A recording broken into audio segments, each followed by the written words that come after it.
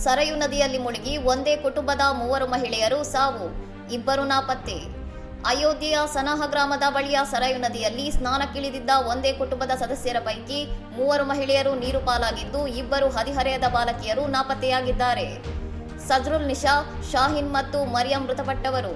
ಇವರು ಸ್ನಾನ ಮಾಡುತ್ತಿದ್ದಾಗ ಆಳವಾದ ನೀರಿನಲ್ಲಿ ಸಿಲುಕಿ ಮುಳುಗಿದ್ದು, ಸ್ಥಳೀಯರು ಅವರನ್ನು ರಕ್ಷಿಸಿ ಆಸ್ಪತ್ರೆಗೆ ಸಾಗಿಸಿದರೂ ಫಲಕಾರಿಯಾಗಲಿಲ್ಲ. ಮೃತರು ಸೇರಿದಂತೆ ಕುಟುಂಬದ 6 ಮಂದಿ ನದಿಗೆ ವಿಹಾರಕ್ಕೆ ತೆರಳಿದ್ದಾಗ ಈ ದುರಂತ ಸಂಭವಿಸಿದೆ. ಓರ್ವ ಬಾಲಕಿ ನೀಡಿದ ಎಚ್ಚರಿಕೆಯ ಮೇರೆಗೆ ಸ್ಥಳೀಯರು ರಕ್ಷಣೆಗೆ ಧಾವಿಸಿದ್ದಾರೆ. ನಾಪತ್ತೆಯಾಗಿರುವ ನಾಜಿಯಾ ಮತ್ತು ರಶೀದ್ ಅವರಿಗಾಗಿ ಎಸ್ಡಿಆರ್ಎಫ್ ತಂಡಗಳು, ಡೈವರ್ಗಳು ಮತ್ತು ರಕ್ಷಣಾ ಸಿಬ್ಬಂದಿ ನದಿಯಲ್ಲಿ ತೀವ್ರ ಶೋಧ ಕಾರ್ಯಾಚರಣೆಯನ್ನು ಮುಂದುವರೆಸಿದ್ದಾರೆ. ಮುಖ್ಯಮಂತ್ರಿ ಯೋಗಿ ಆದಿತ್ಯನಾಥ್ ಅವರು ಘಟನೆಗೆ ಸಂತಾಪ ಸೂಚಿಸಿದ್ದು, ಸಂತ್ರಸ್ತ ಕುಟುಂಬಕ್ಕೆ ಅಗತ್ಯ ನೆರವು ನೀಡಲು ಮತ್ತು ರಕ್ಷಣಾ ಕಾರ್ಯಾಚರಣೆಯನ್ನು ತ್ವರಿತಗೊಳಿಸಲು ಅಧಿಕಾರಿಗಳಿಗೆ ನಿರ್ದೇಶನ ನೀಡಿದ್ದಾರೆ. ಮಳೆಗಾಲದಲ್ಲಿ ನದಿಗಳಲ್ಲಿ ನೀರಿನ ಮಟ್ಟ ಅನಿರೀಕ್ಷಿತವಾಗಿ ಏರಿಕೆಯಾಗುವ ಸಾಧ್ಯತೆ ಇರುವುದರಿಂದ ಸಾರ್ವಜನಿಕರು ಜಲಮೂಲಗಳಲ್ಲಿ ಎಚ್ಚರಿಕೆಯಿಂದ ಇರುವಂತೆ ಜಿಲ್ಲಾಡಳಿತ ಮನವಿ ಮಾಡಿದೆ. ಇನ್ನಷ್ಟು ಸುದ್ದಿಗಳಿಗಾಗಿ ನೋಡ್ತಾ ಇರಿ ಸೌರಂ ಟಿವಿ.